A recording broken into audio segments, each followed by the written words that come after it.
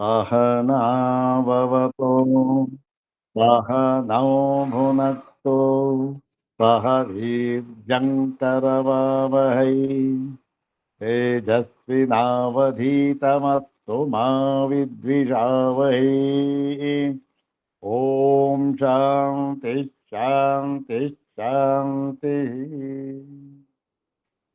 ॐ श्रुतिस्मृतिपुराणानाम् आलयं करुणालयं नमामि भगवत्पादं शङ्करं लोकशङ्करं नमामि भगवत्पादशङ्करं लोकशङ्करं वन्दे तं सच्चिदानन्दं यतिवर्यं महामतिम् वेदवेदान्तसारज्ञं सद्गुरुं प्रणतोऽस्म्यहम् सदाशिवसमारम्भां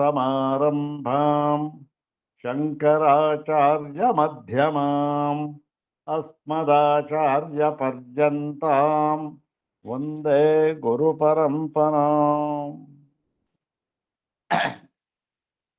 अग्रे उपस्थितेभ्यः भवद्भ्यः सर्वेभ्यो जिज्ञासुभ्यः हार्दान् प्रणामान् समर्पयामि।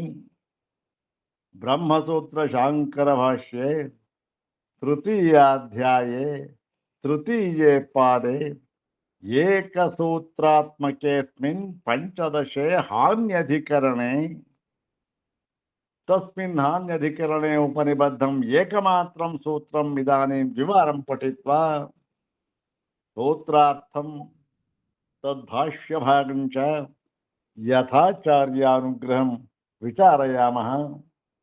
इदं सूत्रं पादादितः षड्विंशं सूत्रम्। सर्वाग्रे शंकर भगवत् पूज्यपादाचार्याणां प्रशस्ति श्लोकमेकं पठित्वा तेषां पादारविन्दयोः शिरसा प्रणिपत्य अनुग्रहं च प्राप्य प्रकृतं षड्विंशं सूत्रं तदवशिष्टभाष्यभागं च यथाचार्यानुग्रहं विचारयामः। अग्रे तावत् श्री श्री शंकर भगवत् पूज्यपादानां प्रशस्ति श्लोकमेकं द्विवारं पठामः। ॐ यद्वक्त्राम्बुजनिःसृतं परमकं श्रीसूत्रभाष्यामृतम् पीत्वा मादृशजीवभङ्गनिचया नन्दन्ति मोक्षाङ्गणे नानावादिमदेभमज्जनमः व्यग्रोग्रकण्ठीरवान् प्रणमामि तान् यतिवरमहितां शङ्कराचार्यवर्यान्। ॐ यद्वक्त्राम्बुजनिःसृतं परमकं श्रीसूत्रभाष्यामृतं पीत्वा मादृशजीवभङ्गनिचया नन्दन्ति मोक्षाङ्गणे नानावादिमदेभमज्जनमः व्यग्रोग्रकण्ठीरवान् प्रणमामि तान् यतिवरमहितान् शङ्कराचार्यवर्यान्। प्रणमामि तान् यतिवरमहितान् शङ्कराचार्यवर्यान्। अथ श्रीमच्छङ्कर भगवतः कृतौ शारीरकमीमांसा भाष्ये तृतीये साधनाध्याये तृतीये पादे एकसूत्रात्मकं पंचदशं हान्यधिकरणम्। ॐ उपायनमदाहार्यं हानायाह्रियतेऽथवा अश्रुतत्वादनाक्षेपात् विद्याभेदाच्च नाहृतिः विद्याभेदेऽप्यर्थवादः आहार्यस्तुतिसाम्यतः ಹಾನಸ್ಯ ಪ್ರತ್ಯಭಿಜ್ಞಾನಾತ್ ಏಕವಿಂಶಾದಿವಾದವತ್. ಇದು ಶ್ಲೋಕದಲ್ಲಿ ಆ ಸೂತ್ರದ ಒಟ್ಟು ಅರ್ಥವನ್ನು ಹೇಳತಕ್ಕಂಥ ಶ್ಲೋಕ. ಇರ್ಲಿ, ಈಗ 2 ಬಾರಿ ಆ ಒಂದು ಸೂತ್ರವನ್ನ ಪಾರಾಯಣ ಮಾಡೋಣ. ಓಂ ಹಾನೌತೋಪಾಯನ ಶಬ್ದಶೇಷತ್ವಾತ್ ಕುಶಾಚ್ಛಂದಸ್ತುತ್ಯುಪಗಾನವತ್ತದುಕ್ತಂ. ಓಂ ಹಾನೌತೋಪಾಯನ ಶಬ್ದಶೇಷತ್ವಾತ್ ಕುಶಾಚ್ಛಂದಸ್ತುತ್ಯುಪಗಾನವತ್ತದುಕ್ತಂ.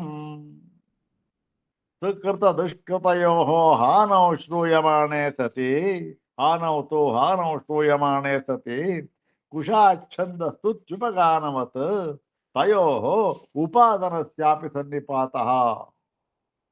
ಕುತಃ ಕಸ್ಮಾತ್ ಕಾರಣಾದಿತ್ಯುಕ್ತೆ ಉಪಾಯನ ಶಬ್ದ ವಿಶೇಷಾತ್ ಉಪಾಯನ ಶಬ್ದ ಶೇಷತ್ವಾತ್. ತತ್ ಕಥಂ ತತ್ ಪೂರ್ವತಂತ್ರೇ ಉಕ್ತಮಸ್ತಿ ಇತಿ ಸೂತ್ರಸ್ಯಾರ್ಥಃ. ಸೂತ್ರದ ಅರ್ಥ ಎಲ್ಲ ಗೊತ್ತಾಗಿದೆ ನಮಗೆ. ಈಗ ಇದರಲ್ಲಿ ಈ ದೃಷ್ಟಾಂತ ಭಾಗ ಏನಿದೆ, ಯಾವುದಕ್ಕೆ ದೃಷ್ಟಾಂತ ಭಾಗ?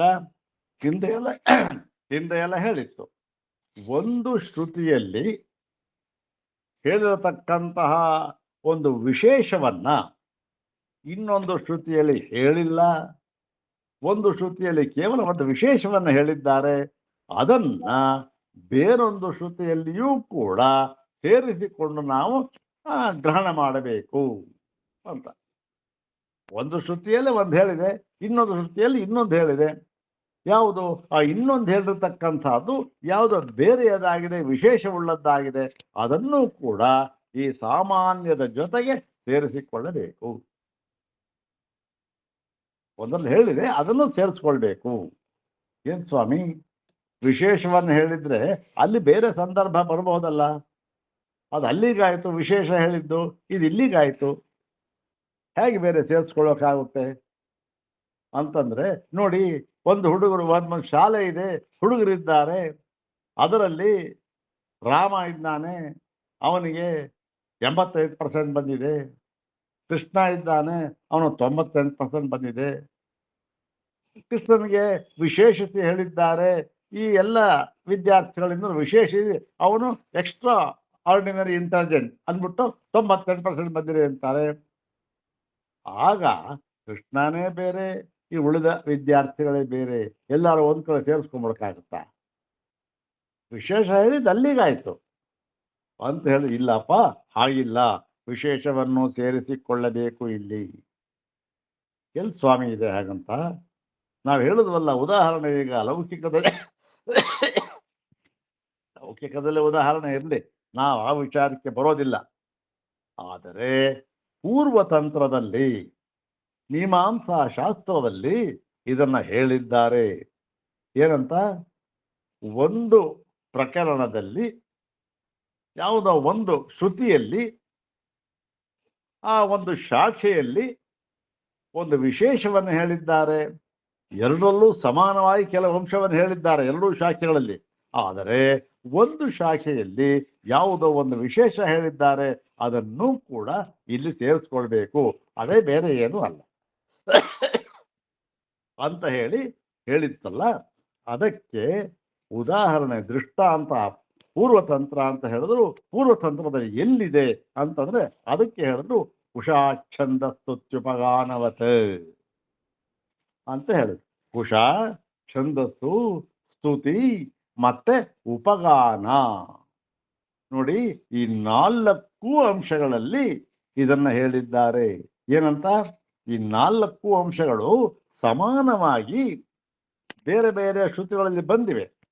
ಆದರೂ ಕೂಡ ಕೆಲವೊಂದು ಶ್ರುತಿಗಳಲ್ಲಿ ಇವಕ್ಕೆ ಕೆಲವು ಒಂದು ವಿಶೇಷವನ್ನು ಹೇಳಿಬಿಟ್ಟಿದ್ದಾರೆ. ಆಗ ಆ ವಿಶೇಷವನ್ನು ಕೂಡ ಇಲ್ಲಿ ಬೇರೆ ಕಡೆ ಬೇರೆ ಶಾಖೆಯಲ್ಲಿರತಕ್ಕಂಥ ಸಾಮಾನ್ಯ ಶ್ರುತಿಯ ಜೊತೆಗೆ ಸೇರಿಸಿಕೊಳ್ಳಬೇಕು. ಆ ಥರ ಪ್ರಸಂಗ ಎಲ್ಲಿ ಸ್ವಾಮಿ ಬಂದಿದೆ ನೋಡಿ. ಕುಶ ಅಂದ್ರೇನು? ಕುಶಾಹ. ಇಲ್ಲಿ ಈ ನನ್ನ ಹೇಳಿತ್ತಿದ್ನ ಇನ್ನೊಂದು ಬಾರಿ ಹೇಳ್ತಾರೆ. ಯಾಕೆ ಇದು ಈ ದೃಷ್ಟಾಂತ ಅಂತಕ್ಕಂಥದ್ದು ಚೆನ್ನಾಗಿ ಮನಸ್ಸಿಗೆ ನಾಟತಕ್ಕಂಥ. ಯಾಕೆ ಇಷ್ಟೊಂದು ಒತ್ತು ಹೇಳಬೇಕು ಅಂದ್ರೆ ನೋಡಿ, ಇಲ್ಲೇನೆ ಒಂದು ಕಡೆ ಹೇಳ್ತಾರೆ, ಒಂದು ಶಾಖೆಯಲ್ಲಿ ಹೇಳಿರತಕ್ಕಂತಹ ಒಂದು ಯಾವ್ದಾರ ವಿಶೇಷ ಅದಿದ್ರೆ ಇನ್ನೊಂದು ಶಾಖೆ ತೆಗೆದುಕೊಳ್ಳಬಾರದು ಅಂತ ಹೇಳಿದ್ರು. ಉದಾಹರಣೆಗೆ ಹಿಂದಿನ ಅಧಿಕರಣದಲ್ಲೇ ಹೇಳಿದ್ರು, ವೇದ್ಯಾಧಿಕರಣದಲ್ಲಿ ತೆಗೆದುಕೊಳ್ಳಬಾರದು ಅಂತ ಹೇಳ್ಬಿಟ್ಟಿದ್ರು. ಸರಿ, ತೆಗೆದುಕೊಳ್ಳಬಾರದು ಇಲ್ಲೂ ಅಷ್ಟೇ ಅಂತ ಬರುತ್ತಲ್ಲ. ಅದಕ್ಕೆ ಯಾವ ಯಾವ ಪ್ರಕರಣದಲ್ಲಿ ತೆಗೆದುಕೊಳ್ಳಬೇಕು, ಎಲ್ಲಿ ತೆಗೆದುಕೊಳ್ಳಬಾರದು ಎನ್ನುವ ಒಂದು ವಿಭಾಗ ಇದೆಯಲ್ಲ, ಅದು ನಮಗೆ ಚೆನ್ನಾಗಿ ಗೊತ್ತಾಗಬೇಕು. ಗೊತ್ತಾಗದೆ ಇದ್ದರೆ ಏನಾಗುತ್ತೆ, ಅನರ್ಥವಾಗಿ ಬಿಡುತ್ತದೆ. ಎಲ್ಲೋ ತಗೊಳ್ಬಾರ್ದೇ ಕಡೆ ತಗೊಳ್ಬಿಡ್ತೇವೆ, ತಗೊಳ್ಬೇಕಾದ ಕಡೆ ತಗೊಳ್ಳೋದಿಲ್ಲ. ಹೀಗಾಗುತ್ತೆ. ಅದರಿಂದ ಚೆನ್ನಾಗಿ ಅರ್ಥ ಮಾಡ್ಕೊಳ್ಬೇಕು. ಈಗ 4 ಅಂತ ಹೇಳಿದ್ರೆ ಕುಶ, ನನ್ನ ಹೇಳಿದ್ರು ಕುಶ. ಏನು ಕುಶಕ್ಕೂ ಇದಕ್ಕೂ ಏನು ಸಂಬಂಧ ಸ್ವಾಮಿ ಅಂತಂದ್ರೆ, ನೋಡಿ, ಈ ಕುಶ ಅಂತಕ್ಕಂಥದ್ದು, ಈ ದರ್ಭೆ ಕುಶ ಅಂತ ಹೇಳ್ತಾರಲ್ಲ, ಇದು ಈ ಸಣ್ಣ ಸಣ್ಣ ಪ್ರಮಾಣದ್ದು, ಒಂದು ಪ್ರಾದೇಶ ಪ್ರಮಾಣದ್ದು, ಪ್ರಾದೇಶ ಪ್ರಮಾಣ ಒಂದು ಚೋಟು ಅಂತಾರಲ್ಲ, ಈ ಚೋಟು ಅಂತಾರಲ್ಲ ಆ ಥರ ಪ್ರಮಾಣದ್ದು. ಅದು ಯಾತಕ್ಕೆ ಬೇಕು ಅಂತಂದ್ರೆ, ಅದು ಯಜ್ಞದಲ್ಲಿ ಏನ್ ಮಾಡ್ತಾರೆ, ಈ ಹೋತೃ ಅಂತಕ್ಕಂಥ ಅವನು ಸ್ತೋತ್ರ ಮಾಡ್ತಾನೆ, ಉದ್ಗಾತ್ರ ಗಾನ ಮಾಡ್ತಾನೆ, ಅವೆಲ್ಲ ಇರುತ್ತೆ. ಈ ಒಂದು ಅಗ್ನಿಷ್ಟೋಮ ಮತ್ತೆ ಸೋಮಯಾಗದಲ್ಲಿ ಏನ್ ಮಾಡ್ತಾರೆ, ಆ ಒಂದು ಈ ಉಕ್ತ್ಯ ಅತಿರಾತ್ರ ಅಂತನ್ನೋದ್ರಲ್ಲಿ ಇಷ್ಟಿಷ್ಟು ಬಾರಿ ಸ್ತೋತ್ರವನ್ನು ಹೇಳಬೇಕು ಅಂತ ಇರುತ್ತೆ. 12 ಬಾರಿ ಒಂದು ಮೊಟ್ಟ ಮೊದಲು, ಆಮೇಲೆ 13, 14, 15 ಈ ಥರ ಇರುತ್ತೆ. ಒಂದು ಸ್ತೋತ್ರ ಮಂತ್ರ, 15 ಸ್ತೋತ್ರ ಮಂತ್ರ, 15 ಶಸ್ತ್ರ ಮಂತ್ರ, ಇದನ್ನ ಹೇಳಬೇಕು. ಇದನ್ನ ಏನು ನಾವೇನ್ ಮಾಡ್ತೇವೆ ನೋಡಿ, ಯಾವ್ಯಾವ ನೋಡ್ರಿ ಎಣಿಸ್ಕೊಳ್ತೇವೆ, ಎಲ್ಲ ಒಂದು ಜಾಸ್ತಿ ಆದ್ರೆ ಬಿಡ್ರಿ ಇನ್ನೂ ಜಾಸ್ತಿ ಫಲ ಆಯ್ತು ಅಂತಲೋ, ಕಮ್ಮಿ ಆದ್ರೆ ಅಯ್ಯಯ್ಯೋ ಕಮ್ಮಿ. ಎರಡೂ ಮಾಡಬಾರದು. ಯಜ್ಞ ಅಂದ್ರೆ ಒಂದು ಎಲೆಕ್ಟ್ರಿಕ್ ಈ ಕಂಪ್ಯೂಟರ್ ಸರ್ಕ್ಯೂಟ್ ಇದ್ದ ಹಾಗೆ, ಒಂದೇ ಒಂದು ಸಣ್ಣದು ಎಲ್ಲೋ ಒಂದ್ ಕಡೆ ಸಲ ಬಿಟ್ಟೋಗ್ಬಿಟ್ರು ಕೂಡ ವರ್ಕ್ ಆಗಲ್ಲ. ಹಾಗೆ ಇದೇನು ಬಹಳ ಕರಾರುವಾಕ್ಯ, 15 ಸಾರಿನೇ ಜಪ ಆ ಸ್ತೋತ್ರವನ್ನು ಹೇಳಬೇಕು. ಶಸ್ತ್ರ ಮಂತ್ರನೂ ಅಷ್ಟೇ 15 ಸಾರಿ ಹೇಳಬೇಕು. ಇಂತಿಂತ ಇದಕ್ಕೆ ಇಂತಿಂತ ಶಸ್ತ್ರ ಮಂತ್ರ ಸ್ತೋತ್ರ ಮಂತ್ರ ಅಂತ ಇರುತ್ತೆ, ಅದನ್ನೇ ಹೇಳಬೇಕು. ಈಗ ಎಣಿಸ್ಕೊಳ್ಳೋದು ಹೇಗೆ ಅಂತಂದ್ರೆ ನೋಡಿ, ಎಲ್ಲ ಇದೀಗ ಅಷ್ಟು ಪ್ರಕೃತ ಇಲ್ಲದೆ ಇರ್ಬೋದು, ಆದ್ರೂ ಕೂಡ ಸ್ವಲ್ಪ ನಾವು ತಿಳ್ಕೊಂಡಿದ್ರೆ ಒಳ್ಳೆ. ಯಾಕೆಂದ್ರೆ ಇವತ್ತು ಯಾವತ್ತು ಎಲ್ಲೂ ಸಿಕ್ಕಲ್ಲ ನಮಗೆ. ಯಾರು ಯಜ್ಞ ಯಾಗ ಹೋಮ ಮಾಡ್ತಕ್ಕಂಥವ್ರು ಇದನ್ನೆಲ್ಲ ಅನುಸರಿಸೋದಿಲ್ಲ, ಗೊತ್ತೇ ಇರೋದಿಲ್ಲ ನಮಗೆ. ಹೀಗಾಗಿ ಸ್ವಲ್ಪ ತಿಳ್ಕೊಂಡ್ರೆ ಒಳ್ಳೇದು. ಎಣಿಸ್ಕೊಳ್ಬೇಕಾದ್ರೆ ಸಾಮಾನ್ಯವಾಗಿ ಕೈದು 1, 2, 3 ಏನೋ ಕೈ ಎಣಿಸ್ಕೊತಾರೆ. ಕೈಲಿ ಎಣಿಸ್ಕೊಂಡ್ರೆ 1, 15 ಎಣಿಸ್ಬೇಕಾದ್ರೆ 3 ಸರಿ ಈ ಹಸ್ತವನ್ನ ತೆಗೆದು ಬಿಟ್ಟು ಮಾಡಬೇಕು. ಅದು ವ್ಯತ್ಯಾಸವಾಗಬಹುದು. ಇನ್ನೊಂದು ಅದನ್ನ ಮಾಡೋಕ್ಕಾಗೋದಿಲ್ಲ. ಯಾಕೆ ಅಂತಂದ್ರೆ, ಈ ವೇದ ಮಂತ್ರವನ್ನ ಸ್ತೋತ್ರ ಮಂತ್ರವನ್ನ ಈ ಹೋತೃ ಉದ್ಗಾರ ಮಾಡ್ತಾನಲ್ಲ, ಹೋತೃ ಉದ್ಗಾರ ಮಾಡ್ತಕ್ಕಂಥದ್ದು ಯಾವುದು, ಋಗ್ವೇದ ಮಂತ್ರವನ್ನು ಉದ್ಗಾರ ಮಾಡ್ತಾನೆ. ಹೌದಾ, ಸ್ತೋತ್ರ ಮಾಡ್ತಾನೆ. ಋಗ್ವೇದ ಮಂತ್ರಕ್ಕೆ ಛಂದಸ್ಸು ಮತ್ತೆ ಸ್ವರ ಅಂತಕ್ಕಂಥದ್ದು ಅತ್ಯಂತ ಮುಖ್ಯವಾದದ್ದು. ಯಾವುದು ಉದಾತ್ತ, ಯಾವುದು ಅನುದಾತ್ತ, ಯಾವುದು ಸ್ವರಿತ, ಯಾವುದು ಪ್ರಚಯ, ಯಾವುದು ಕಂಪನ, ಈ ತರ ಸ್ವರಭೇದ ಇರುತ್ತಲ್ಲ, ಅದನ್ನ ಬಹಳ ಅದನ್ನ ಈ ಸೂಚಿಸುವುದಕ್ಕೋಸ್ಕರ ಏನ್ ಮಾಡ್ತಾರೆ, ಸಾಮಾನ್ಯವಾಗಿ ಒಳ್ಳೆ ಸರಿಯಾಗಿ ಪಾಠವನ್ನ ಆಗಿರ್ತಕ್ಕಂಥ ಅವರು ಈ ತಾಯಿ ಇವತ್ತು ಮಾಡ್ತಾರೆ, ಕೆಲವರೆಲ್ಲ ಸರಿಯಾದ ಸಂಪ್ರದಾಯ ಮಾಡ್ತಾರೆ. ಈ ವೇದ ಮಂತ್ರ ಹೇಳ್ತಾ ಇರ್ಬೇಕಾದ್ರೆ ಕೈನ ನೋಡಿ ಹೀಗೆ ಹೀಗೆ ಹೀಗೆ ಮಾಡ್ತಾ ಇರ್ತಾರೆ. ಹೀಗೆ ಇದೇನು ಕೈ ಕಂಪನ ಇದೇನಿದು ಅಂತಂದ್ರೆ, ಇದು ಆ ಸ್ವರ ಇದೆಯಲ್ಲ ಅದನ್ನ ಸೂಚಿಸ್ತಕ್ಕಂಥದ್ದು. ಇದು ಏನು ಬಲಗೈ ಹೀಗೆ ಮಾಡ್ತಾ ಇರ್ತಾರೆ. ಆವಾಗ ಏಣಿಕೆ ಮಾಡೋದು ಹೇಗೆ, ಅದರಿಂದ ಏನ್ ಮಾಡಿದ್ರು, ಇದಕ್ಕೆ ಈ ಕುಶವನ್ನು ತಂದ್ರು. ಕುಶ ಸಣ್ಣ ಪ್ರಾದೇಶಿಕ ಪ್ರಮಾಣ ಅಂತ ತಂದ್ರು. ಆ ಕುಶನ ಇಟ್ಕೊಂಡಿರ್ತಾರೆ. ಅದು ಏನಾಗುತ್ತೆ, ಅದನ್ನ ಇವರು ಆ ಎಣಿಸೋದಕ್ಕೆ, ಯಾವುದಕ್ಕೆ, ಆ ಸಾಮವೇದವನ್ನು ಹೇಳ್ತಾನೆ ಉದ್ಗಾತರು, ಇವನು ಹೋತ್ರ ಋಗ್ವೇದವನ್ನು ಹೇಳ್ತಾ ಸ್ತೋತ್ರ ಮಾಡ್ತಾನೆ, ಅವನು ಉದ್ಗಾರ ಮಾಡ್ತಾನೆ. ಇವನೇನು ಸ್ತೋತ್ರ ಮಾಡ್ತಾನೆ, ಉದ್ಗಾರ ಮಾಡ್ತಾನೆ ಸಾಮ. ಆ ಉದ್ಗಾತೃ ಇದ್ದಾನಲ್ಲ, ಆ ಉದ್ಗಾತೃವಿಗೆ ಈ ಸ್ತೋತ್ರವನ್ನ ಎಣಿಸ್ಕೊಳ್ಬೇಕಲ್ಲ, ಎಣಿಸಿಕೊಳ್ಳಬೇಕಾದಕ್ಕೆ ಇದು ಸಾಧನ. ಯಾವುದು, ಈ ಕುಶ. ಉದ್ಗಾತೃಣಾಂ ಸ್ತೋತ್ರ ಗಣನಾರ್ಥಾ ಇಮೇ ಕುಶಾಃ. ಈ ಕುಶಗಳು ಉದ್ಗಾತೃವಿನ ಸ್ತೋತ್ರ ಗಣನಾರ್ಥವಾಗಿ ಸರಿ ಇಟ್ಕೊಂಡ್ಬಿಟ್ಟು ಏನ್ ಮಾಡ್ತಾರೆ ನೋಡಿ, ಪ್ರತಿಯೊಂದರಲ್ಲೂ ಕೂಡ ನಮ್ಮವರು ಒಂದು ದೇವತಾ ಭಾವನೆ ಇಟ್ಕೊಂಡಿದ್ರು. ಸುಮ್ಮನೆ ಅದೇನೋ ಕುಶ ಅಲ್ಲ, ಅದಕ್ಕೂ ಜೀವ ಇದೆ. ಅದು ಸರಿಯಾಗಿ ಕೆಲಸ ಮಾಡಬೇಕು, ನಮ್ಮ ಬುದ್ಧಿಗೆ ಪ್ರಚೋದನೆ ಮಾಡಬೇಕು. ಅದಕ್ಕೆ ಏನು ಮಾಡ್ತಾನೆ ಉದ್ಗಾತರು, ಮೊದಲು ಹೇಳ್ತಾನೆ, ಇದನ್ನು ಹೇಳ್ತಾನೆ ಈ ಮಂತ್ರವನ್ನ, ಏನು, ಕುಶಾವಾನಸ್ಪತ್ಯ ಸ್ಥತಾ ಮಾಪಾತ ಅಂತಕ್ಕಂಥ.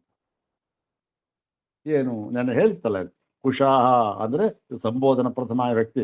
ಎಲೈ ಕುಶಗಳೇ ತಂದಿಟ್ಕೊಂಡಿರ್ತಾನಲ್ಲ ಕುಶ, ಅದಕ್ಕೆ ಹೇಳ್ತಾನೆ ಸಂಬೋಧನೆ ಮಾಡಿ, ಎಲೈ ಕುಶಗಳೇ ವಾನಸ್ಪತ್ಯಾಹ, ನೀವು ವನಗಳಲ್ಲಿ ಇರತಕ್ಕಂತಹ ಮಹತ್ತಾದ ವೃಕ್ಷ ಇದೆಯಲ್ಲ ಅದರಿಂದ ಉತ್ಪನ್ನರಾಗಿದ್ದೀರಿ. ಅಂದ್ರೇನು, ಇಲ್ಲಿ ಯಾವ ವೃಕ್ಷ ಅಂತ ಹೇಳಿಲ್ಲ, ವನದಲ್ಲಿ ಇರತಕ್ಕಂತಹ ಅದ್ರ ಕಾಡಿನಲ್ಲಿ ಬೆಳೆಯತಕ್ಕಂತಹ ಮಹಾವೃಕ್ಷಗಳು ಅಲ್ಲಿಂದ ಬಂದಿರ್ತಕ್ಕಂಥ. ಅದು ಯಾವ್ದು ಬೇಕಾದ್ರೂ ಆಗಿರ್ಬೋದು, ಅದು ಔದುಂಬರ ಆಗಿರ್ಬೋದು, ಇದು ಯಾವುದು ಅಲ್ಲಿ ಆಗಿರ್ಬೋದು, ಅಥವಾ ಕಗ್ಗಲಿ ಆಗಿರ್ಬೋದು, ಯಾವ್ದು ಬೇಕಾದ್ರೂ ಆಗಿರ್ಬೋದು. ಇಲ್ಲಿ ಏನು ವಿಶೇಷತೆ ಹೇಳಿಲ್ಲ. ವನಸ್ಥಾಹ ಮಹದ್ವೃಕ್ಷಾಹ ವಾನಸ್ಪತ್ಯಾಹ ಅಷ್ಟೇ ಹೇಳಿ. ನೀವು ಬೆಳೀತೀರಿ, ಇವರು ಇದ್ದಿ ಅಲ್ಲಿ ಉತ್ಪನ್ನರಾಗಿದ್ದೀರಿ. ವಾನಸ್ಪತ್ಯಾಹ ಸ್ಥಃ, ಇಂತಹ ನೀವುಗಳು ನನ್ನನ್ನ ಮಾ ಪಾತ ರಕ್ಷಿಸಿರಿ, ಕಾಪಾಡಿ. ಅಂದ್ರೆ ಏನು, ಸರಿಯಾದ ಕುಶಗಳೇ, ನಾನು ಎಣಿಸ್ತಾ ಇದ್ದೀನಿ, ಒಂದು ಏನಾದರೂ ವ್ಯತ್ಯಾಸ ಆಗಿಬಿಟ್ರೂ ಕೂಡ ಫಲ ಬರೋದಿಲ್ಲ. ಆದ್ದರಿಂದ ನೀವು ನನಗೆ ಸಹಾಯ ಮಾಡಬೇಕು, ನನ್ನ ಕಾಪಾಡಬೇಕು. ಏನು ಎತ್ಕೊಳ್ತಾನೆ, ಒಂದು ಈ ಕಡೆ ಇಡ್ತಾನೆ, ಒಂದು ಈ ಕಡೆ ದರ್ಭೆ ಕುಶ ಇರುತ್ತಲ್ಲ, ಸಣ್ಣ ಸಣ್ಣದಿರುತ್ತೆ, ಬಂದಾಗ ಒಂದು ತೊಳ್ಳ ಎರಡು ತೊಳ್ಬಿಟ್ರೆ ಒಂದು ಕಮ್ಮಿ ಆಗೋಯ್ತು. ಹಾಗೆಲ್ಲ ಆಗದೆ ಇರಲಿ ಅನ್ಬಿಟ್ಟು ಆ ಕುಶಗಳನ್ನು ಪ್ರಾರ್ಥನೆ ಮಾಡ್ತಾರೆ. ಎಲ್ಲಿ ಇವರು ಈ ಒಂದು ಶಾಖೆಯವರು ಅದನ್ನ ಈ ಸಮಾನವಾಗಿ ಹೇಳ್ತಾರೆ, ವನಸ್ಥಾಹ ವೃಕ್ಷಾಹ ಅಂತ ಹೇಳ್ತಾರೆ. ವನಸ್ಥಾಹ ವನದಲ್ಲಿ ಬೆಳೀತಕ್ಕಂಥ ಯಾವ್ದು ಬೇಕಾದ್ರೂ. ಆದರೆ ಈ ಶಾಟ್ಯಾಯನಗಳೇನು ಹೇಳ್ತಾರೆ, ಅದನ್ನ ವಾನಸ್ಪತ್ಯಾಹ ಅಂತಂತೂ ಹೇಳ್ತಾರೆ. ವಾನಸ್ಪತ್ಯಾಹ ಅಂತ ಹೇಳಿ ವನದಲ್ಲಿ ಬೆಳೆದ ಔದುಂಬರಾಹ ಕುಶಾಹ ಅಂತ ಹೇಳ್ತಾರೆ. ಉದುಂಬರ ಮರದಿಂದ ಬಂದಿರತಕ್ಕಂತಹ ಕುಶಗಳು ಅಂತ. ಹಾಗಾಗಿ ಏನಾಗುತ್ತೆ, ಇದನ್ನ ವಿಶೇಷಿಸಿ ಹೇಳಿದ್ದಾರೆ. ಆ ವಿಶೇಷವನ್ನು ಇಲ್ಲಿ ಹೇಳಿದ್ದಾರಲ್ಲ, ಎಲ್ಲಿ, ಈ ಶಾಟ್ಯಾಯನಗಳು ಅವರ ಶಾಖೆಯಲ್ಲಿ ಹೇಳಿದಂಥ ವಿಶೇಷವನ್ನ ಇಲ್ಲಿ ತೆಗೆದುಕೊಳ್ಳಬೇಕು. ಗೊತ್ತಾಯ್ತು? ಹಾಗೆ ತೆಗೆದುಕೊಳ್ಬೇಕು ಅಂತ ಅಲ್ಲಿ ನಿಯಮ ಇದೆ, ತೆಗೆದುಕೊಳ್ತಾರೆ. ಒಂದು ಮತ್ತೆ ಈ ಛಂದಸ್ಸು ಅಂತಕ್ಕಂಥದ್ದಕ್ಕೂ ಹೇಳಿತ್ತು. ದೇವ ಛಂದಸ್ಸು 9 ಅಕ್ಷರ ಇರತಕ್ಕಂಥದ್ದು ಆಧಾರ ಛಂದಸ್ಸು, ಮತ್ತೆ 9 ಅಕ್ಷರಕ್ಕಿಂತ ಜಾಸ್ತಿ ಇರತಕ್ಕಂಥದ್ದು ದೇವ ಛಂದಸ್ಸು ಅಂತ ಹೇಳಿ, ಈ ಎರಡೂ ಛಂದಸ್ಸನ್ನ ಯಾವ ಕ್ರಮದಲ್ಲಿ ಮೊದಲು ಬೇಕಾದರೂ ಆಧಾರ ಛಂದಸ್ ಮಾಡ್ಬೋದು, ಮೊದಲು ದೇವ ಛಂದಸ್ ಬೇಕಾದರೂ ಮಾಡ್ಬೋದು. ಯಾವುದನ್ನು ಬೇಕಾದರೂ ಮೊದಲು ಪ್ರಯೋಗ ಪ್ರಾರಂಭ ಮಾಡಬೇಕಲ್ಲ. ಯಾವ ಛಂದಸ್ಸಿನಿಂದ ಬೇಕಾದರೂ ಶುರು ಮಾಡಬಹುದು ಅಂತ ಒಬ್ಬರು ಹೇಳ್ತಾರೆ. ಆದರೆ ಪೈಂಗಿಗಳು ಹೇಳ್ತಾರೆ, ಇಲ್ಲ ದೇವ ಛಂದಸ್ಸಿನಿಂದಲೇ ಶುರು ಮಾಡಬೇಕು. ಯಾವುದು 10 ಅಕ್ಷರವುಳ್ಳ 9 ಅಕ್ಷರದ ಮೇಲಿರ್ತಕ್ಕಂಥದ್ದು ಶುರು ಮಾಡಬೇಕು ಅಂತ ಪೈಂಗಿಗಳು ಹೇಳ್ತಾರೆ. ಅದು ವಿಶೇಷತೆ ಹೇಳಿದ್ದಾರೆ. ಅದನ್ನ ಈ ಎಲ್ಲ ಬೇರೆ ಶಾಖೆಗಳು ತೆಗೆದುಕೊಳ್ಬೇಕು. ನೋಡಿ ಎಲ್ಲಿ ಹೇಳಿದ್ದಾರೆ, ಹೇಗೆ ಆ ಉದಾಹರಣೆಯನ್ನು ಕೊಟ್ಟು ಇಲ್ಲಿ ಏನು, ಹಾಗೆ ಅದೇ ರೀತಿ ಈ ಹಾನ ಉಪಾದಾನ ಅಂತ ಇದೆಯಲ್ಲ, ಉಪಾಯನ ಉಪಾದಾನ ಎಲ್ಲ ಬಂದೆ. ಉಪಾಯನ ಅಂತ ಇದೆಯಲ್ಲ, ಈ ಹಾನವನ್ನ ಮಾತ್ರ ಹೇಳಿದ್ದಾರೆ, ಉಪಾಯನವನ್ನ ಒಂದು ಕಡೆ ಹೇಳಿಲ್ಲ. ಆದರೆ ಇನ್ನೊಂದು ಕಡೆ ಹೇಳಿದ್ದಾರೆ. ಆ ಉಪಾಯನವನ್ನ ವಿಶೇಷಿಸಿ ಇನ್ನೊಂದು ಕಡೆ ಹೇಳಿದ್ದಾರಲ್ಲ, ಅದನ್ನ ಇಲ್ಲಿ ನಾವು ತೆಗೆದುಕೊಳ್ಳಬೇಕು ಅನ್ನೋದಕ್ಕೆ ದೃಷ್ಟಾಂತವನ್ನು ಕೊಡ್ತಾ ಇದ್ದಾರೆ ಶಂಕರ ಭಗವತ್ ಪೂಜ್ಯ ಪಾದಾಚಾರ್ಯರು. ಎಲ್ಲಿ ಈ ಒಂದು ದೃಷ್ಟಾಂತದ ಬಲದಿಂದ ಮೀಮಾಂಸಾ ಶಾಸ್ತ್ರ ಇರತಕ್ಕಂಥ ಎಲ್ಲ ಅಂದರೆ ಅವಳಿದ್ದ ಒಂದು ಜ್ಞಾನ ಅಪಾರ, ಸರ್ವಜ್ಞರು ಅಂತ ಹೇಳ್ಬೋದು ಅಷ್ಟೇ, ಇನ್ನೇನು ಹೇಳೋಕ್ಕಾಗೋದಿಲ್ಲ. ಇರಲಿ, ಈ ಸ್ತುತಿ ಇರ್ತಕ್ಕಂಥದ್ದನ್ನು ಈ ಏನೆಲ್ಲ ಸ್ತುತಿ ಮಾಡ್ತಾನೆ. ಅಲ್ಲಿ ಈ ಈ ಅಗ್ನಿಷ್ಠೋಮ, ಅತ್ಯಗ್ನಿಷ್ಠೋಮ, ಉಕ್ತ್ಯ, ಷೋಡಶಿ, ಅತಿರಾತ್ರ, ಆಪ್ತೋರ್ಯಾಮ ಅಂತೆಲ್ಲ ಇದೆಯಲ್ಲ, ಅದರಲ್ಲಿ ಷೋಡಶಿ ಅಂತಂದ ಸ್ತೋತ್ರನ ಆ ಪಾತ್ರ ಗ್ರಹಣ ಮಾಡುವಾಗ ಏನು ಮಾಡ್ತಾರೆ ಕೆಲವು ಶಾಖೆಗಳು, ಈ ಷೋಡಶಿ ಸ್ತೋತ್ರವನ್ನು ಗಾನ ಮಾಡಿ ಆ ಸವನವನ್ನು ಮಾಡುವಾಗ ಅದಕ್ಕೆ ಕಾಲ ನಿಯಮ ಅಂತೇನು ಹೇಳಿಲ್ಲ. ಸ್ತೋತ್ರ ಗಾನ ಮಾಡಬೇಕಾದ್ರೆ ಕಾಲ ನಿಯಮ ಹೇಳಿಲ್ಲ. ಆದರೆ ಕೆಲವರು ಏನು ಮಾಡ್ತಾರೆ, ಇಲ್ಲ ಇದು ಸಮಯಾಧ್ಯುಷಿತೆ ಸೂರ್ಯೇ ಅಂತ ಹೇಳ್ತಾರೆ. ಏನು, ಸೂರ್ಯನು ಪೂರ್ತಿ ಉದಯವಾಗಿಲ್ಲ, ಉದಯವಾಗುವುದಕ್ಕೆ ಅವನು ಸಿದ್ಧನಾಗಿದ್ದಾನೆ ಅಷ್ಟೆ, ಉದಯವಾಗುವುದಕ್ಕೆ ಸಿದ್ಧವಾಗಿದ್ದಾನೆ. ಈಗ ಸೂರ್ಯ ಉದಯವಾಗ್ತಾನೋ ಇಲ್ವೋ ಹಾಗೆ ಹೀಗೆ ಅವೆಲ್ಲ ಪ್ರಶ್ನೆ ಇಲ್ಲಿ ಬೇಡ. ಅದಕ್ಕೆ ಪ್ರಶ್ನೆ ನೋಡಿ, ಅದಕ್ಕೂ ಕೂಡ ಋಗ್ವೇದದಲ್ಲಿ ನಿಖರವಾದ ಉತ್ತರ ಇವತ್ತೇನು ಹೇಳಿದ್ದಾರೆ ಈ ಗ್ರಹಗತಿಗಳಲ್ಲಿ, ಅದು ನಿಖರವಾದ ಉತ್ತರ ಇದೆ. ಎಲ್ಲಿ ಯಾವತ್ತಿಗೂ ಕೂಡ ಸೂರ್ಯನಿಗೆ ಚಲನೆ ಅಂತಕ್ಕಂಥದ್ದು ಇಲ್ಲ. ಸ್ಪಷ್ಟವಾಗಿ ಮತ್ತು ಸುತ್ತಾ ಇರೋದು ಯಾವತಕ್ಕಂಥದ್ದು, ಹೇಗೆ, ಎಷ್ಟು, ಪ್ರತಿಯೊಂದು ಕೂಡ ಋಗ್ವೇದದಲ್ಲಿ ಅದರ ಉಲ್ಲೇಖ ಇದೆ. ಅದನ್ನು ಇಟ್ಕೊಂಡು ಇವತ್ತು ಕೂಡ ಅದನ್ನೆಲ್ಲ ಮಾಡ್ತಾರೆ, ಬೇರೆ ವಿಚಾರ.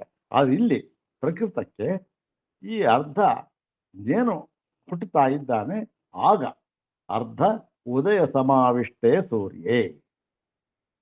ಅಧ್ಯುಷಿತೆ ಅಂತ ಸಮಯಾಧ್ಯುಷಿತೆ ಸಮಯ, ಅದು ಅಧ್ಯುಷಿತ ಅಂದರೆ ಈ ಒಂದು ಉದಯ ಸಮಯಾವಿಷ್ಟೇ ಸೂರ್ಯೇ. ಆವಾಗ ಜ್ಞಾನ ಮಾಡಬೇಕು ಅಂತ ಹೇಳ್ತಾರೆ. ಯಾರು ಹೇಳ್ತಾರೆ ಇದನ್ನ ಆರ್ಚಾಹ ಅಧೀಯತೆ. ಆರ್ಚಾಹ ಅಂತ ಋಗ್ವೇದಿಗಳು ಅಂತ. ಆರ್ಚಾಹ ಅಂದ್ರೆ ಋಚಃ ಅಧೀಯತೆ ಇತಿ ಆರ್ಚಾಹ. ಋಚಃ ಅಂದ್ರೆ ಋಗ್ವೇದವನ್ನ ಅಧೀಯತೆ ಅಂದ್ರೆ ಅಧ್ಯಯನ ಮಾಡುವವರು ಯಾರೋ ಅವರಿಗೆ ಹೆಸರಾಯಿತು ಆರ್ಚಾಹ ಅಂತ ಹೆಸರಾಯ್ತು. ಯಾರು ಋಗ್ವೇದವನ್ನು ಅಧ್ಯಯನ ಮಾಡ್ತಾರಲ್ಲ ಆರ್ಚರು, ಈ ಆರ್ಚರು ಇದನ್ನ ಹೇಳುತ್ತಾರೆ, ಏನು ವಿಶೇಷತೆ ಹೇಳ್ತಾರೆ. ಆದ್ದರಿಂದ ಇದನ್ನು ತೆಗೆದುಕೊಳ್ಬೇಕು ಸ್ತುತಿ ಹೇಳಿ. ಮತ್ತೆ ಇಲ್ಲಿ ಇನ್ನು ಉಪಗಾನ ಛಂದಸ್ಸು ಆಯ್ತಲ್ಲ, ಅಗ್ನಿಷ್ಠ ಸ್ತುತಿ ಆಯ್ತು, ಉಪಗಾನ. ಇನ್ನು ಈ ಉಪಗಾನ ಅಂತ ಕೆಲವರು ಉಪಗಾನ ಮಾಡೋದಕ್ಕೆ ಯಾವ ವಿಶೇಷನೂ ಹೇಳೋದಿಲ್ಲ. ಹೌದ್ ತಾನೆ? ಏನು ಉಪಗಾನ ಮಾಡಬೇಕು ಮಾಡೋ, ಆದರೆ ಬಾಲ್ಲವಿಗಳು ಇದನ್ನ ವಿಶೇಷಿಸಿ ಹೇಳಿದ್ದಾರೆ. ಏನ್ರಿ ಉಪಗಾನ ಮಾಡೋದಕ್ಕೆ ಅಂದರೆ ಯಾರು ಬೇಕಾದ್ರೂ ಮಾಡಬಹುದಾ ಅಂತ ಒಬ್ಬರು ಹೇಳ್ತಾರೆ. ಇನ್ನು ಬಾಲ್ಯಗಳೇನು ಹೇಳ್ತಾರೆ ಅಂದ್ರೆ ಅವ್ರು ಹೇಳ್ತಾರೆ ನೋಡಿ, ಋತ್ವಿಜ ಉಪಗಾಯಂತಿ ಅಂತ ಹೇಳಿ ಅವಿಶೇಷವನ್ನು ಹೇಳಿ ಋತ್ವಿಜ ಉಪಗಾಯಂತಿ ಅಂದ್ರೆ ಏನು, ಋತ್ವಿಜರುಗಳು ಉಪಗಾನ ಮಾಡುತ್ತಾರೆ ಅಂತ ಹೇಳಿದ್ರು. ಇಲ್ಲಿ ಋತ್ವಿಜರು ಅಂದ್ರೆ ಯಾರು? ಋತ್ವಿಜರು ಅಂದ್ರೆ ಅಷ್ಟಾದಶೋಕ್ತಂ ಅವರಂ ಯೇಷು ಕರ್ಮ. ಋತ್ವಿಜರು ಅಂದ್ರೆ ಆ ಒಂದು ಕರ್ತೃ ಯಜಮಾನವನ್ನು ಬಿಟ್ಟು ಇನ್ನು 16 ಜನ ಋತ್ವಿಜರು. 16 ಜನ ಯಾರು? ಒಂದೊಂದು ವೇದಕ್ಕೆ 4 ಜನ. ಅದರಲ್ಲಿ ಋಗ್ವೇದಕ್ಕೆ ಹೋತೃ ಅಂತಕ್ಕಂಥ ಅವನು ಮುಖ್ಯ ಋತ್ವಿಜ, ಅವನಿಗೆ ಸಹಾಯಕರಾಗಿ ಇನ್ನು 3 ಜನ, ಅಂದ್ರೆ 4 ಜನ. ಒಂದೊಂದು ವೇದಕ್ಕೆ ಹೋದ್ರೆ 4 16 ಆಯ್ತು. ಹೀಗೆ ಋತ್ವಿಜರು ಅಂತ ಹೇಳ್ಬಿಟ್ರೆ ಅಷ್ಟೆ. ಅವನು ಹೋತೃವೋ ಉದ್ಗಾತ್ರವೋ ಪ್ರಸ್ತೋತ್ರವೋ ಅಧ್ವರ್ಯವೋ ಅಂತ ಹೇಳಲಿಲ್ಲ, ಸುಮ್ಮನೆ ಋತ್ವಿಜ ಅಂತ. ಆದರೆ ಈ ಬಾಲ್ಲವಿಗಳೇನ್ ಮಾಡ್ತಾರೆ, ಈ ನ ಅಧ್ವರ್ಯುರುಪಗಾಯಂತಿ ಅಂತ ಹೇಳ್ತಾರೆ. ಅಂದ್ರೆ ಏನು? ಅಧ್ವರ್ಯು ನ ಉಪಗಾಯಂತಿ, ಅಧ್ವರ್ಯುವಾದವನು ಉಪಗಾಯನ ಮಾಡುವುದಿಲ್ಲ. ಅಂದ್ರೆ ಏನು? ಮಿಕ್ಕವರು ಮಾಡ್ತಾರೆ ಅಂತ ಅರ್ಥ, ಇವನು ಮಾಡೋದಿಲ್ಲ. ಇದು ವಿಶೇಷ. ಇದು ಇವರು ಹೇಳಿದ್ರು ಎಲ್ಲರೂ ಮಾಡ್ತಾರೆ. ಋತ್ವಿಜ ಉಪಗಾಯಂತಿ ಅಷ್ಟೇ, ಸಮಾನವಾಗಿ. ಇಲ್ಲಿ ನ ಅಧ್ವರ್ಯುರುಪಗಾಯಂತಿ, ಅಧ್ವರ್ಯು ಉಪಗಾಯನವನ್ನು ಮಾಡುವುದಿಲ್ಲ. ಇದು ಮಿಕ್ಕವರು ಮಾಡ್ಬೋದು. ಇದಕ್ಕೊಂದು ನ್ಯಾಯ ಇದೆ, ಅದನ್ನ ಮುಂದೆ ಹೇಳ್ತಾ ಹೋಗೋದು. ಅದು ಹೀಗೆ ಈ 4 ಅಂಶ ತೆಗೆದುಕೊಂಡು ನೋಡಿ. ಇದಕ್ಕೆ ಮೀಮಾಂಸಾ ಶಾಸ್ತ್ರದಲ್ಲಿ ನಮಗೆ ಇದನ್ನ ಸಿದ್ಧ ಮಾಡಿ ಇದನ್ನು ಹೇಳಿದ್ದಾರೆ. ಇದನ್ನ ತಗೋಬಹುದು. ಎಲ್ಲಿ ಹೇಳಿದ್ದಾರೆ? ಆ ಸೂತ್ರ ಅದನ್ನೆಲ್ಲ ಕೋಟ್ ಮಾಡಿದ್ದಾರೆ ಭಗವಾನ್ ಶಂಕರರು. ನೋಡೋಣ. ಇಷ್ಟೆಲ್ಲ ಆಗಿತ್ತಲ್ಲ, ಇದು ಯಾಕೆಂದ್ರೆ ಸ್ವಲ್ಪ ಒಂದು ತಿಳ್ಕೊಳ್ಳೋದಕ್ಕೆ ಹೇಳಿದೆ ಅಷ್ಟೇ. ಈಗ ಇಲ್ಲಿ ಉಪಗಾನನೂ ಆಗಿತ್ತು ಅಂತ ಕಾರಣ ಉಪಗಾನ ಇವಾಗ ಹೇಳಿದಿವಲ್ಲ, ಸಾಕು. ಇವಾಗ ಯಥಾ ಏತೇಷು ಕುಶಾದಿಷು ಶ್ರುತ್ಯಂತರಗತ ವಿಶೇಷಾನ್ವಯ ಏವಂ ಹಾನಾವಪಿ ಉಪಾಯನಾನ್ವಯ ಇತ್ಯರ್ಥ. ಎಷ್ಟು ಸರಳವಾಗಿ ಎಲ್ಲ ಅಂಶಗಳನ್ನು ತುಂಬಿ ಬರೀತಾರೆ ಭಾಷ್ಯಕಾರರು. ಯಥಾ ಹೇಗೆ, ಏತೇಷು ಕುಶಾದಿಷು ಈ ಕುಶವೇ ಮೊದಲಾದವುಗಳಲ್ಲಿ, ಕುಶ ಛಂದಸ್ಸು ಸ್ತುತಿ ಉಪಗಾನ, ಇವುಗಳ ಮೊದಲಾದವುಗಳಲ್ಲಿ ಏನಾಗಿದೆ? ಕುಶಾದಿ ಶ್ರುತ್ಯಂತರಗತ ವಿಶೇಷಾನ್ವಯ, ಶ್ರುತ್ಯಂತರ ಬೇರೆಯ ಶ್ರುತಿಯಲ್ಲಿ ಹೇಳಿರತಕ್ಕಂಥ ವಿಶೇಷವನ್ನ ಅನ್ವಯ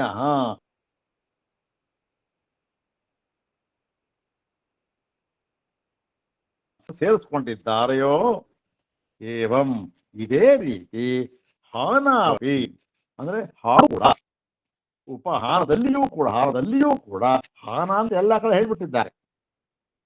ಆದರೆ ಕೆಲವು ಕಡೆ ಉಪಾಯನ ಹೇಳಿದ್ದಾರೆ, ಕೆಲವು ಕಡೆ ಹೇಳಿ ಉಪಾಯನ ಹೇಳೋದು ವಿಶೇಷತೆ ಹೇಳಿದ್ದಾರೆ, ಹಾನ ಹೇಳೋದು ಸಮಾನವಾಗಿ ಹೇಳಿದ್ದಾರೆ. ಇಲ್ಲಿ ವಿಶೇಷವಾಗಿ ಈ ಉಪಾಯನ ಹೇಳಿದ್ದಾರಲ್ಲ, ಅದರ ಅನ್ವಯವನ್ನು ಮಾಡಿಕೊಳ್ಳಬೇಕು. ಇಲ್ಲಿ ಹೇಗೆ ಮಾಡ್ಕೋಬೇಕು, ಅದರ ಅನ್ವಯವನ್ನು ಮಾಡ್ಕೊಳ್ಬೇಕು. ಈಗ ಅರ್ಥ ಆಯ್ತು, ಸರಿಯಾಗಿ ಅರ್ಥ ಆಯ್ತಲ್ಲ? ನೋಡ. ಶ್ರುತ್ಯಂತರ ಕೃತ, ಒಂದು ವೇಳೆ ಹಾಗೆ ತಗೊಳ್ಳಿಲ್ಲಪ್ಪ, ಅವಾಗ ಏನಾಗುತ್ತೆ ಅಂತಂದ್ರೆ ಅದನ್ನ ಹೇಳ್ತಾ ನೋಡಿ. ಶ್ರುತ್ಯಂತರ ಕೃತಂ ಹಿ ವಿಶೇಷಂ ಶ್ರುತ್ಯಂತರೇ ಅನಭ್ಯುಪಗಚ್ಚತಃ ಸರ್ವತ್ರೈವ ವಿಕಲ್ಪ ಸ್ಯಾತ್. ಹೀಗೆ ಒಂದು ಕಡೆ ಹೇಳಿರತಕ್ಕಂಥ ವಿಶೇಷವನ್ನ ಇನ್ನೊಂದು ಕಡೆ ತೆಗೆದುಕೊಳ್ಳದೆ ಹೋಗಿಬಿಟ್ಟರೆ ಆಗ ಏನಾಗುತ್ತೆ? ಎಲ್ಲ ಕಡೆಯಲ್ಲಿಯೂ ಕೂಡ ವಿಕಲ್ಪ ವಿಕಲ್ಪ ವಿಕಲ್ಪ. ಹೀಗೂ ಮಾಡ್ಬೋದು, ಹಾಗೂ ಮಾಡ್ಬೋದು, ಇಲ್ಲ ಹೀಗೆ ಮಾಡಬೇಕು, ಹಾಗೆ ಮಾಡಬೇಕು, ಜಿಜ್ಞಾಸೆ. ಈಗ ನೋಡಿ, ಈ ನ ಅಧ್ವರ್ಯ ಉಪಗಾಯಂತಿ ಅಂತ ಇದೆ, ಒಂದು ಕಡೆ ಋತ್ವಿಜ ಉಪಗಾಯಂತಿ ಅಂತಲೂ ಇದೆ. ಈ ಋತ್ವಿಜ ಉಪಗಾಯಂತಿ ಅಂತ ಇರೋ ಕಡೆ ನ ಅಧ್ವರ್ಯ ಉಪಗಾಯಂತಿ ಅನ್ನೋ ವಿಶೇಷ ಸೇರಿಸ್ಕೋಬೇಕು. ಸೇರಿಸ್ಕೊಳ್ಳಿಲ್ಲ ಅಂದ್ರೆ ಆವಾಗ ಏನಾಗುತ್ತೆ? ಋತ್ವಿಜರು ಉಪಗಾಯಂತಿ ಅಂತ ಒಂದು ಕಡೆ ಹೇಳಿದ್ದಾರೆ, ನ ಅಧ್ವರ್ಯುರುಪಗಾಯಂತಿ ಅಧ್ವರ್ಯವಾದವನು ಮಾಡಬಾರದು ಅಂತ ಇನ್ನೊಂದು ಕಡೆ ಹೇಳಿದ್ದಾರೆ. ಆವಾಗ ಏನಾಗುತ್ತೆ? ಏನ್ ಸ್ವಾಮಿ, ಇಲ್ಲಿ ಇವರು ಈ ಶಾಖೆಯವರು ಹೀಗೆ ಹೇಳಿದ್ದಾರೆ, ಆ ಶಾಖೆಯವರು ಹಾಗೆ ಹೇಳಿದ್ದಾರೆ, ನಾವು ಯಾವ್ದು ಮಾಡಬೇಕು? ಜಿಜ್ಞಾಸೆ ಬಂತು, ವಿಕಲ್ಪ ಬಂತು ಅಂದ್ರೆ ಓಹೋ, ಈ ಶಾಖೆಯವರು ಹೀಗೆ ಮಾಡಿ, ಆ ಶಾಖೆಯವರು ಹಾಗೆ ಮಾಡಿ, ಮುಗಿದೆ ವಿಕಲ್ಪ. ಎಲ್ಲ ಕಡೆ ಹೀಗೆ ಆಗ್ಬಿಡುತ್ತೆ. ಆದ್ದರಿಂದ ಇದನ್ನ ಸೇರಿಸ್ಕೊಂಡ್ಬಿಟ್ರೆ ಏನಾಗುತ್ತೆ? ಆ ವಿಕಲ್ಪ ಅನ್ನೋದು ಇರೋದಿಲ್ಲ. ಹಾಗೆ ವಿಕಲ್ಪ ಸ್ಯಾನ್ನ ವಿಕಲ್ಪ ಸ್ಯಾತ್, ಸೇರಿಸ್ಕೊಳ್ಳದೆ ಹೋಗ್ಬಿಟ್ರೆ ಎಲ್ಲ ಕಡೆ ವಿಕಲ್ಪ, ಸರ್ವತ್ರ ವಿಕಲ್ಪ ಏವ ಸ್ಯಾತ್. ಸಚ ಅನ್ಯಾಯ ಸತ್ಯಾಂಗ. ಹೀಗೆ ತಿಳಿದರೆ ಸಚ ಅನ್ಯಾಯ, ಅದು ನ್ಯಾಯವನ್ನು ಒದಗಿಸಿಕೊಟ್ಟಂತೆ ಆಗುವುದಿಲ್ಲ ಅಂಥೇಳಿ ಇದನ್ನ ಎಲ್ಲಿ ಹೇಳಿದ್ದಾರೆ ಅಂದ್ರೆ ತದುಕ್ತಂ ದ್ವಾದಶ ಲಕ್ಷಣ್ಯಾಂ. ಇದನ್ನ ದ್ವಾದಶ ಲಕ್ಷಣೆಯಲ್ಲಿ ಹೇಳಿದ್ದಾರೆ. ದ್ವಾದಶ ಲಕ್ಷಣೆ ಅಂದ್ರೆ ಯಾವುದು? ಪೂರ್ವ ಮೀಮಾಂಸಾ ಶಾಸ್ತ್ರ. ವೇದಾಂತ ಯಾವುದು? ಚತುರ್ಲಕ್ಷಣಿ. ಅದು 4 ಅಧ್ಯಾಯ ಇರತಕ್ಕಂಥದ್ದು. ಯಾವುದು? ವೇದಾಂತ ಶಾಸ್ತ್ರ ನಾವು ನೋಡ್ತಾ ಇದ್ದೀವಲ್ಲ, ಇದು ಸಾಧನಾಧ್ಯಾಯ 3ನೇದು, 4ನೇದಿದೆ ಫಲಾಧ್ಯಾಯ. ಇದಕ್ಕೆ ಚತುರ್ಲಕ್ಷಣಿ ಅಂತ ಹೇಳ್ತಾರೆ. ಮತ್ತೆ ಈ ಈ ಮೀಮಾಂಸಾ ಶಾಸ್ತ್ರ ಇದೆಯಲ್ಲ, ಅದಕ್ಕೆ 12 ದ್ವಾದಶ ಲಕ್ಷಣಿ ಅಂತ ಹೇಳಿದ್ದಾರೆ. ಅಲ್ಲಿ 12 ಅಧ್ಯಾಯಗಳು ಇವೆ. ಅಲ್ಲಿ 12 ಅಧ್ಯಾಯಗಳು ಅಂತಲೂ ಹೇಳ್ತಾರೆ, ಮತ್ತೆ ಷೋಡಶ ಲಕ್ಷಣಿ ಅಂತಲೂ ಹೇಳ್ತಾರೆ. ಅಂದ್ರೆ 16 ಅಧ್ಯಾಯಗಳಿವೆ ಅಂತಲೂ ಹೇಳ್ತಾರೆ. ಯಾಕೆ 16 ಅಧ್ಯಾಯ ಅಂದ್ರೆ, ಅಲ್ಲಿ 12 ಆದ ಮೇಲೆ ಸಂಕರ್ಷಕಾಂಡ, ಸಂಕರ್ಷಣ ಅಲ್ಲ, ಸಂಕರ್ಷಕಾಂಡ, ಸಂಕರ್ಷಕಾಂಡ ಎಂಬತಕ್ಕಂತಹ 4 ಅಧ್ಯಾಯಗಳಿವೆ. ಅವನ್ನು ಸೇರಿಸ್ಕೊಂಡ್ರೆ 16 ಆಯಿತು. ಈ ಮೀಮಾಂಸಾ ಶಾಸ್ತ್ರ ಷೋಡಶ ಲಕ್ಷಣಿ ಅಂತಲೂ ಹೇಳ್ತಾರೆ, ದ್ವಾದಶ ಲಕ್ಷಣಿ ಅಂತಲೂ ಹೇಳ್ತಾರೆ. ಇಲ್ಲಿ ದ್ವಾದಶ ಲಕ್ಷಣ ಹೇಳಿದ್ರೆ ಪರವಾಗಿಲ್ಲ. ದ್ವಾದಶ ಲಕ್ಷಣ ಆ ಸೂತ್ರವನ್ನು ಹೇಳ್ಬಿಟ್ರಿ. ಅಪಿತು ವಾಕ್ಯಶೇಷತ್ವಾತ್ ಇತರ ಪರ್ಯುದಾತಃ ಸ್ಯಾತ್ ಪ್ರತಿಷೇಧೆ ವಿಕಲ್ಪ ಸ್ಯಾತ್. ವಾಕ್ಯಶೇಷತ್ವಾತ್ ಇನ್ನೊಂದು ಕಡೆ ಒಂದು ಕಡೆ ಹೇಳಿದ್ದಾರೆ, ಒಂದು ಕಡೆ ಹೇಳಿರ್ಬೇಕಾದ್ರೆ ಏನು, ನ ಅಧ್ವರ್ಯುಪಗಾಯಂತಿ, ಮತ್ತೆ ಋತ್ವಿಜ ಉಪಗಾಯಂತಿ. ನ ಅಧ್ವರ್ಯುಪಗಾಯಂತಿ ಅಂತಲೂ ವಿಶೇಷವನ್ನ ಹೇಳಿದ್ದಾರೆ. ವಿಶೇಷವನ್ನು ಹೇಳಿರಬೇಕಾದ್ರೆ ಏನಾಗುತ್ತೆ, ಇಲ್ಲಿ ಪರ್ಯುದಾಸ ಪಕ್ಷವನ್ನು ಅವಲಂಬಿಸಬೇಕು. ಪರ್ಯುದಾಸ ಪಕ್ಷ ಅಂದ್ರೇನು? ಏನು ಸ್ವಾಮಿ ಪರ್ಯುದಾಸ ಪಕ್ಷ ಅಂದ್ರೆ?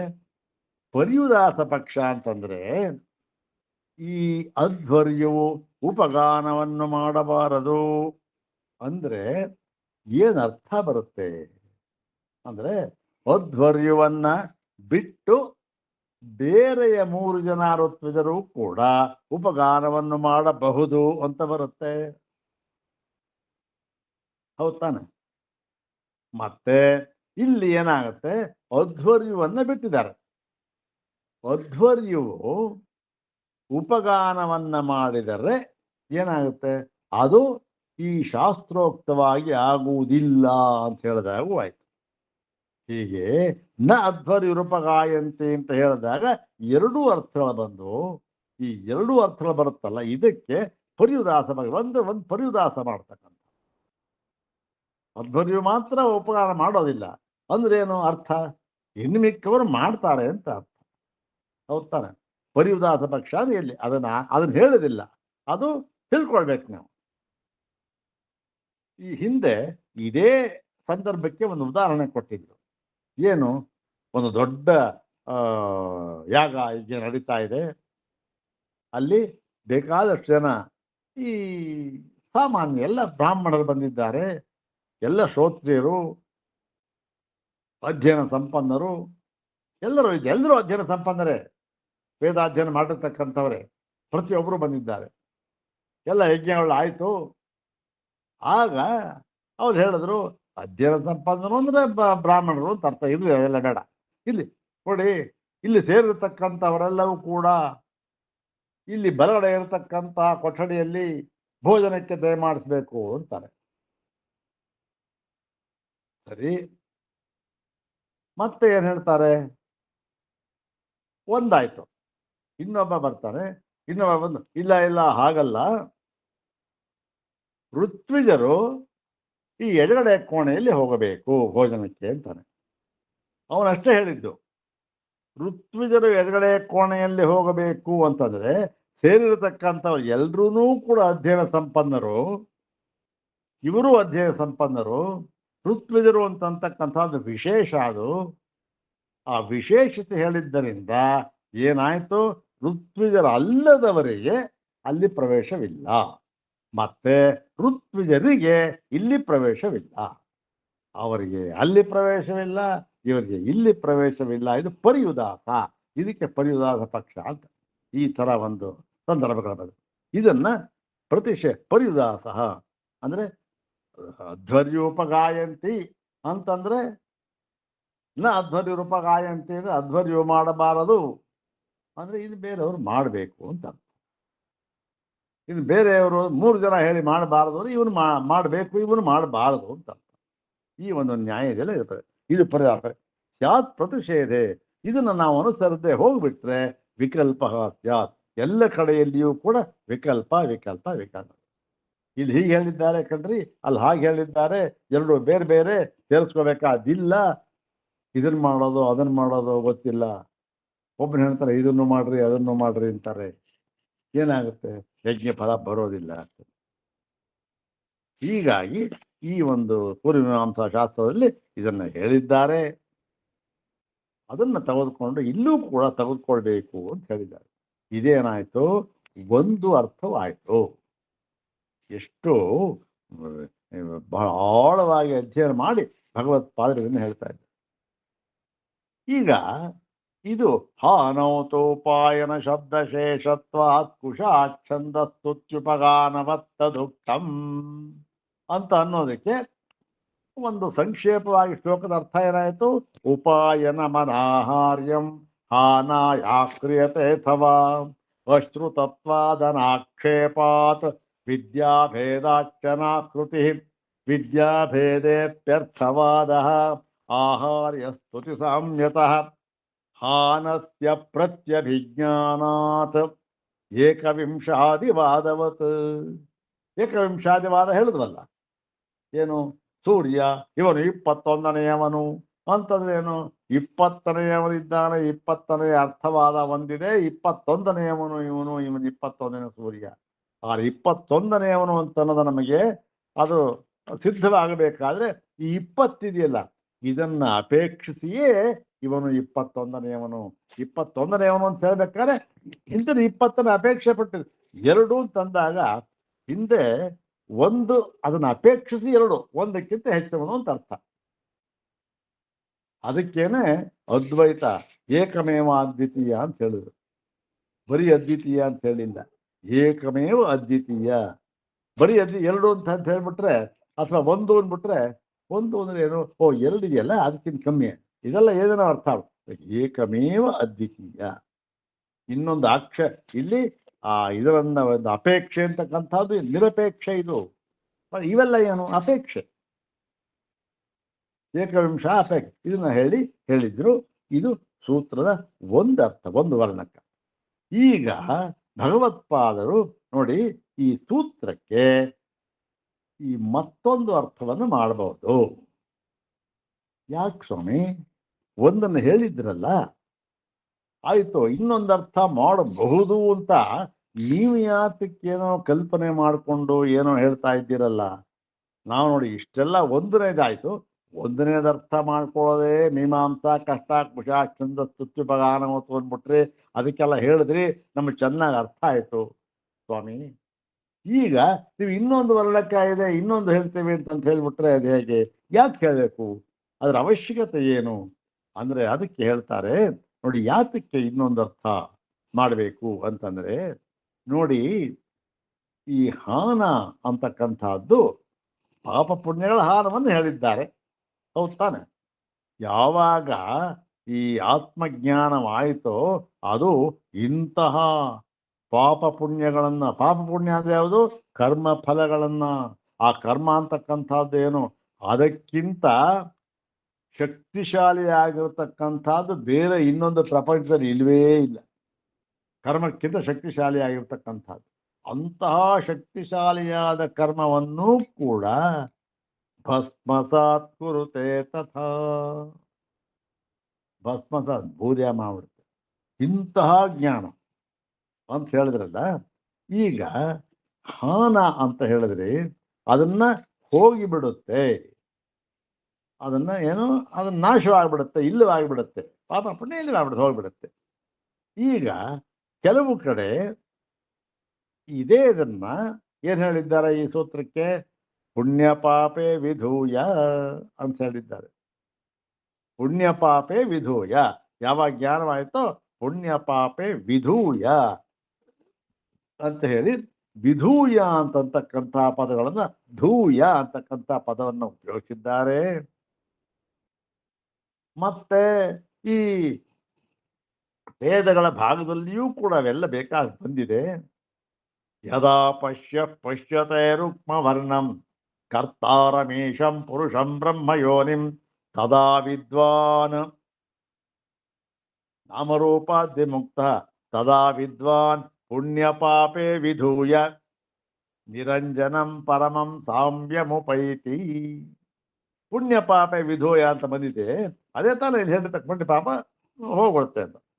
ಈ ವಿಧೂಯ ಅಂತಕ್ಕಂಥ ಶ್ರುತಿ ಅರ್ಥ ಬರುತ್ತಲ್ಲ, ಆ ವಿಧೂಯ ಅಂತನ್ನುವ ಒಂದು ಪದಕ್ಕೆ ನೀವು ಇಷ್ಟೆಲ್ಲ ಹೇಳಿದ್ರಲ್ಲ ಸ್ವಾಮಿ, ಅದು ಹೋಗಿ ಬಿಡುತ್ತದೆ, ಪಾಪ ಪುಣ್ಯ ಎರಡೂ ಕೂಡ ತೊಲಗಿ ಹೋಗಿ ಬಿಡುತ್ತದೆ ಅಂದ್ರೆ ಈ ತೊಲಗಿ ಹೋಗಿ ಬಿಡುತ್ತೆ ಅಂತ ಅರ್ಥ ಅಲ್ಲ ಅದಕ್ಕೆ ಸ್ವಾಮಿ. ವಿಧೂಯ ಅಂದ್ರೆ ಧೂಯ ಅಂತಕ್ಕಂಥದ್ದು ಯಾವ ಧಾತು, ಆ ಧಾತುವಿಗೆ ಏನು ಅರ್ಥ ಅದನ್ನೆಲ್ಲ ನೋಡಿ ಸ್ವಾಮಿ. ಅದನ್ನು ನೋಡಿದಾಗ ನೀವು ಹೇಳಿದ ಅರ್ಥ ಹೊಂದೋದಿಲ್ಲ. ಏನಪ್ಪ ಯಾತಕ್ಕೆ ಅಂತಂದ್ರೆ ನೋಡಿ, ವ್ಯಾಕರಣ ಶ್ರುತಿ ನೋಡಿ. ವ್ಯಾಕರಣ ಶ್ರುತಿಯಲ್ಲಿ ಆ ವಿಧೂಯ ಧೂಯ ಅಂತಕ್ಕಂಥದ್ದು ಯಾವ ಧಾತುವಿನಿಂದ ಉತ್ಪನ್ನವಾಗಿದೆ, ಮತ್ತೆ ಅದಕ್ಕೆ ಉದಾಹರಣೆಯನ್ನು ಏನು ಕೊಟ್ಟಿದ್ದಾರೆ, ಎಲ್ಲಿ ವ್ಯಾಕರಣ ಶಾಸ್ತ್ರದಲ್ಲಿ ಪಾಣಿನಿ ಮಹರ್ಷಿಗಳು, ಪತಂಜಲಿ ಎಲ್ಲ ಉದಾಹರಣೆ ಕೊಟ್ಟಿದ್ದಾರೆ. ಧೋಧು ಎಂತೆ ಧ್ವಜಾಗ್ರಾಣಿ ಅಂತ ಇಲ್ಲಿ ಬಂದು ಇಲ್ಲೇ ಹಾಕಿದ್ದಾರೆ ಆಚಾರ್ಯರು, ಅವ್ರು ಹಾಕ್ತಿರೋದು ಯಾವುದೂ ಇಲ್ಲ. ದೋಧು ಎಂತೆ ಧ್ವಜಾಗ್ರಾಣಿ, ಧ್ವಜಾಗ್ರಾಣಿ ದೋಧೂಯಂತೆ, ದೋಧೂಯಂತೆ ಅಂತ ಪ್ರಯೋಗ ಮಾಡಿದ್ದಾರೆ. ಅದು ಧೂಯಂತೆ ಅಂತಕ್ಕಂಥದ್ದು. ಧೂಯಂತೆ ಅಂತಕ್ಕಂಥದ್ದು ಯಾವುದದು? ಧೂಯ್ ಕಂಪನೆ ಅಂತಕ್ಕಂಥ ಧಾತುವಿನಿಂದ ಉಂಟಾಗಿದೆ. ಕಂಪನೆ ಅಂತಂದ್ರೆ ಚಾಲನೆ ಅಂತ ಅರ್ಥ. ಹಾಗಾಗಿ ಪುಣ್ಯ ಪಾಪಗಳು ಚಲಿಸುತ್ತವೆ ಅಂತ ಅರ್ಥ ಆಯಿತು. ಪುಣ್ಯ ಪಾಪಗಳು ಚಲಿಸುತ್ತವೆ ಅಂತ ಏನು ಅರ್ಥ ಸ್ವಾಮಿ? ಅದಕ್ಕೆ ಅರ್ಥವೇ ಇಲ್ಲ, ನೀವು ಹೇಳಿದ್ದು ಯಾವುದು ಸರಿ ಹೋಗೋದಿಲ್ಲ ಅನ್ನೋಣ. ಅದಕ್ಕಾಗಿ ಆಚಾರ್ಯ ಹೇಳ್ತಾ ಇದ್ದಾರೆ, ನೋಡಪ್ಪ, ವ್ಯಾಕರಣ ಶಾಸ್ತ್ರನಾರು ತಗೊಂಡ್ಬ, ತರ್ಕಶಾಸ್ತ್ರನಾರು ತಗೊಂಬ, ಪ್ರಪಂಚದಲ್ಲಿರತಕ್ಕಂಥ ಯಾವುದೇ ಶಾಸ್ತ್ರ ಬೇಕಾದ ತೆಗೆದುಕೊಂಡು ಬಾರಯ್ಯ, ನಾವು ಅದಕ್ಕೆ ಸಮನ್ವಯ ಮಾಡಿ ಹೇಳ್ತಕ್ಕಂಥ ಸಾಮರ್ಥ್ಯವನ್ನು ಹೊಂದಿದ್ದೇವೆ, ಹೇಳ್ತೇವೆ ಬಾ. ಹೇಗೆ ಸ್ವಾಮಿ? ಅದನ್ನ ನಾಳೆ ನೋಡೋಣ ಅಂತ ಹೇಳಿದ್ರು. ನಾಳೆ ನೋಡೋಣ ಈ ಧೂಮಿ ಕಂಪನೆ ಅಂತಕ್ಕಂಥ ಧಾತು ಇಲ್ಲಿ ಹೇಗೆ ಹೊಂದಿಸ್ತಾರೆ, ಇದಕ್ಕೆ ವ್ಯಾಕರಣ ಶ್ರುತಿಯಲ್ಲಿ ಹೇಗೆ ಹೊಂದಿಸ್ತಾರೆ ಅಂತಕ್ಕಂಥದ್ದನ್ನ ನಾಳೆ ನೋಡೋಣ. ಎಲ್ಲ ಆಚಾರ್ಯರ ಒಂದು ಸರ್ವಜ್ಞತ್ವಕ್ಕೆ, ಅವರ ಒಂದು ಶೈಲಿ ಇದೆಯಲ್ಲ, ಭಾಷ್ಯ ಶೈಲಿ, ಅನ್ಯಾದೃಶವಾದ ಶೈಲಿ, ಇದಕ್ಕೆಲ್ಲ ಉದಾಹರಣೆ ಇದೆಲ್ಲ. ಅದರಿಂದ ಇದನ್ನ ಈ ಭಾಗನ ನಾಳೆ ನೋಡು. ಓಂ ಶಾಂತಿ ಶಾಂತಿ ಶಾಂತಿ. ಓಂ ತತ್ಸ.